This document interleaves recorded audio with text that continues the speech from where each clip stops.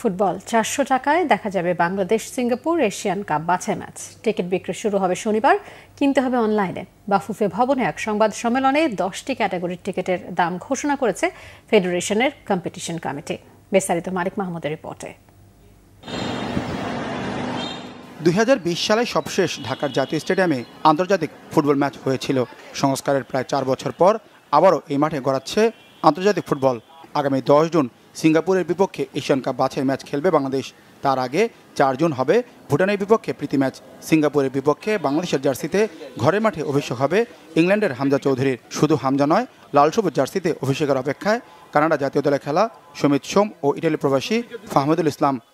4 তারিখে আমরা একটা প্রদর্শনী ম্যাচ খেলবো ফিফার এগেনস্ট ভুটান। ওই ম্যাচটাকে সামনে রেখে 10 তারিখে আমাদের মূল টার্গেট, বাট 4 তারিখ আমরা মাথায় রাখছি। যারা মাঠে কাজ করেছে তারা বলছে যে মাঠের সম্পূর্ণ প্রস্তুত এখন। তো আমরা এসে দেখলাম যে না, মাঠ খেলার উপযোগী এখন আমরা বলতে পারি যে 100% মাঠ খেলার উপযোগী। প্রথমবার অনলাইনে টিকিট বিক্রির উদ্যোগ নিয়েছে বাফুফে।